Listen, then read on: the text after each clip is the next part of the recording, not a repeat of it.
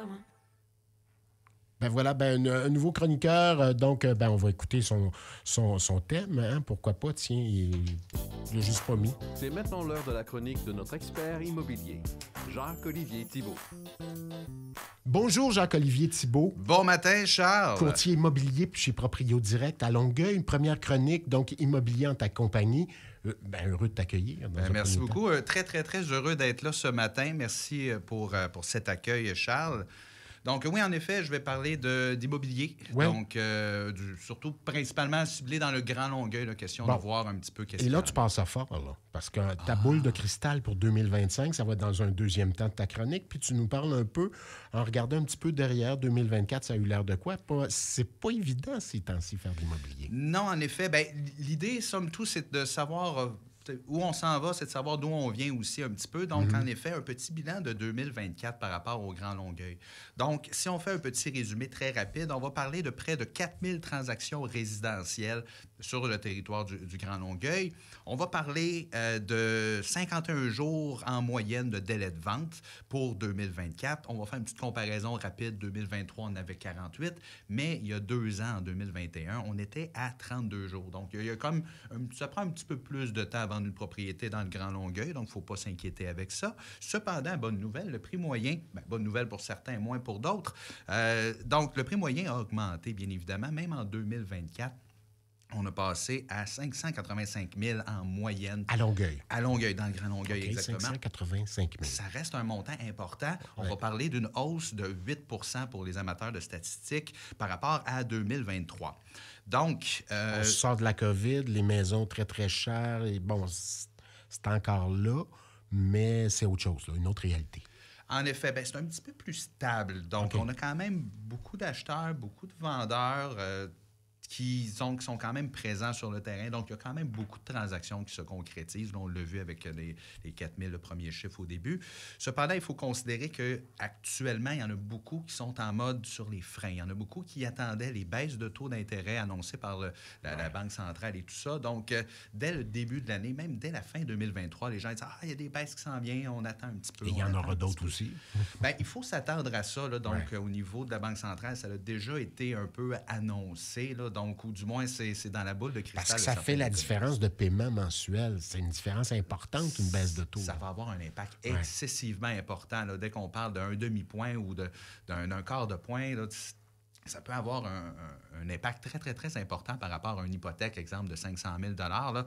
Donc, c'est là où chaque dollar compte, là, surtout dans la période qu'on vient de sortir là, avec une haute inflation et tout ça. Donc oui, là-dessus, comme on dit, la hausse des taux, des prix, c'est très important pour savoir une valeur pour les vendeurs. Peut-être pour les acheteurs, c'est un petit peu plus tannant. Là. Donc, cependant, comme je dis, il y en a quand même beaucoup qui sont encore au rendez-vous, autant cette année en 2024 qu'on s'attend aussi. Donc, il y a encore ces affaires-là, Jacques-Olivier, là, tu sais, les images, j'allais dire presque d'horreur, mais les images quand même assez affolantes où des vendeurs, en fait, des gens mettaient leur maison à vendre et on visitait, puis c'était la ligne, la file d'attente, puis c'était celui qui mettait le plus, puis on est encore dans cette réalité-là? Je te dirais, Charles, actuellement, on est beaucoup moins là-dedans. Il faut s'attendre que certains biens, puis ça, c'est autant avant la COVID que durant, on l'a vu beaucoup plus, ça a été vraiment, disons, fort comme vision, là, comme tu dis. Mais l'idée, c'est que oui, il va y avoir certains biens qui vont encore avoir excessivement de demandes, donc beaucoup plus de demandes que d'offres. Donc, on va parler surtout, là, on va rentrer plus dans les prévisions, là, surtout les propriétés unifamiliales, premier acheteur. Donc, c'est là où on va, le nerf de la guerre. Et puis, c'est ce qui va faire que les prix vont avoir une tendance à la hausse, car la demande, elle est très, très forte.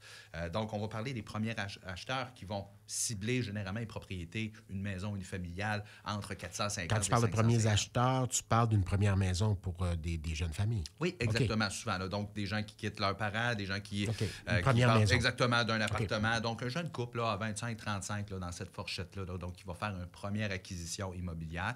Généralement, ils vont être tentés d'aller vers une propriété unifamiliale, comme je dis, entre 450 et 550. Donc, lorsqu'on a une propriété qui répond à ces critères-là dans un secteur, dans un bon état, et souvent même peut-être des fois au goût du jour, là, on a l'impression d'être dans une revue de magazine un petit peu.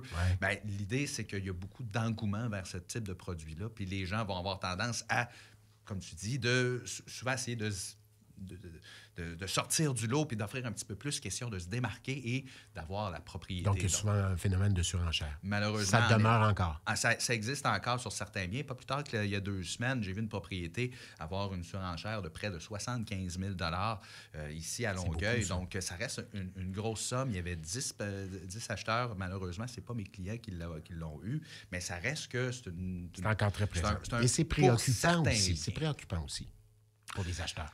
Oui, bien, c'est que c'est plus difficile. Donc, le processus va être un petit peu plus long. Donc, on va parler d'une peut-être moins d'offres. Donc, il y a beaucoup moins de propriétés disponibles. Eux, ils sont encore très, très, très à la recherche. Les banques vont nous ouvrir quand même les portes très intéressantes. On a des beaux programmes aussi qui sont là. Donc, il y a toujours le fameux régime d'accès à la propriété, là, le fameux RAP. Exactement, on peut prendre nos REER à un certain niveau. Là, il y a le CELI-AP qui s'est rajouté dans les dernières années. Là, la semaine dernière, on a entendu parler de l'amortissement sur 30 ans. Donc, il y a beaucoup de conditions, il y a beaucoup d'éléments qui amènent une banque de premiers acheteurs à être présent sur le marché. Rapidement, Jacques-Olivier Thibault, 2025 dans ta boule de cristal. Bien, un peu comme je sens un certain tremblement, là, un peu avant l'éruption volcanique et tout ça, la question disons, de bien voir aller les choses, ça reste que 2025 risque d'être une année quand même assez dynamique là, au niveau des transactions immobilières. Qu'est-ce que tu entends par dynamique? Bien, encore, comme je dis, beaucoup d'acheteurs. Premiers acheteurs, beaucoup aussi d'immigration qui va vouloir justement acquérir des propriétés ici. Okay. Donc, premier acheteur immigration. Donc, ça fait qu'il y en a beaucoup au niveau du marché qui veulent s'implanter ici, surtout dans le Grand Longueuil. La baisse d'offres, donc il y a très peu de mise en chantier. Donc, on le voit, il y a certaines règles qui ont été resserrées par rapport à la construction, à la reconstruction. Et aussi la baisse d'offres. Pourquoi on est dans cette situation-là? Ouais. C'est que les gens aiment vivre ici. Donc, les gens, ils vivent généralement en santé plus longtemps, puis une personne qui, normalement, vendait sa propriété à 65, 70 ans pour s'en aller dans quelque chose de plus petit, mais se sent suffisamment en forme aujourd'hui pour libérer la propriété peut-être 5, 10, 15 ans plus tard. Donc, il n'est pas rare de voir des clients à 80, 85 ans me dire que non, on est encore on la garde encore la maison. Donc, au contraire, je suis jeune, je suis en forme, c'est le temps de voyager. Il y en a certains qui vont penser ça exactement, mais les gens aiment leur ville, les gens aiment leur maison, aiment leur immobilier. Donc, à partir de là, très peu d'offres, beaucoup de demandes, je m'attends à ce que ce soit très dynamique pour les prochaines semaines, les prochains mois, et franchir 2025. Jacques-Olivier Thibault, merci infiniment. Courtier immobilier, donc tu es chez Proprio Direct, on va te googler tout simplement, puis on va te trouver. Certainement. Si on te google, on te trouve. Ah, définitivement. À dans 2 semaines. Merci, Charles.